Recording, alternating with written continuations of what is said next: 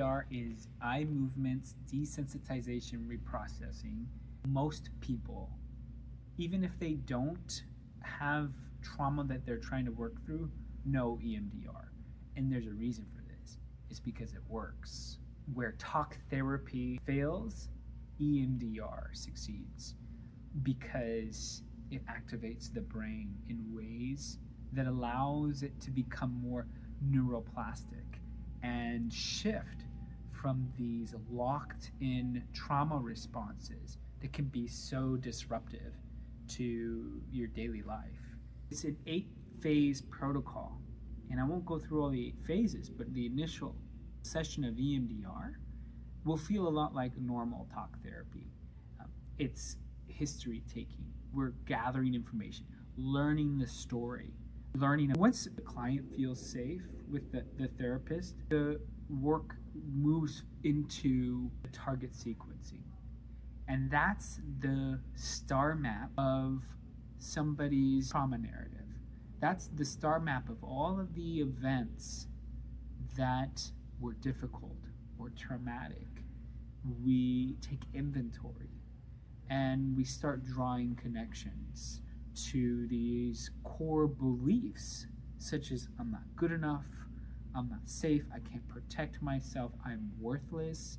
Those start to become more evident. And now we have a target.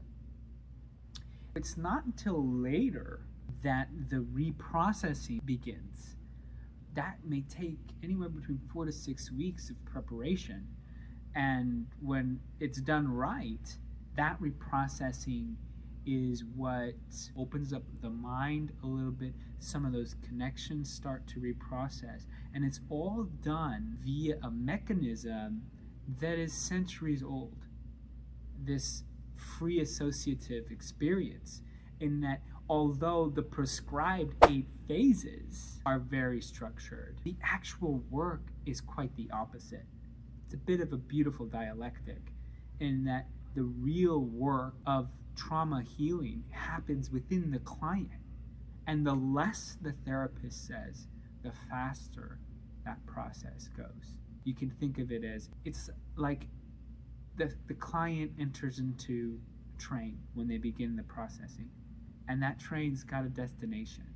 And only the client knows, deep down, somewhere in the subconscious emotion center, mental center, where they're going.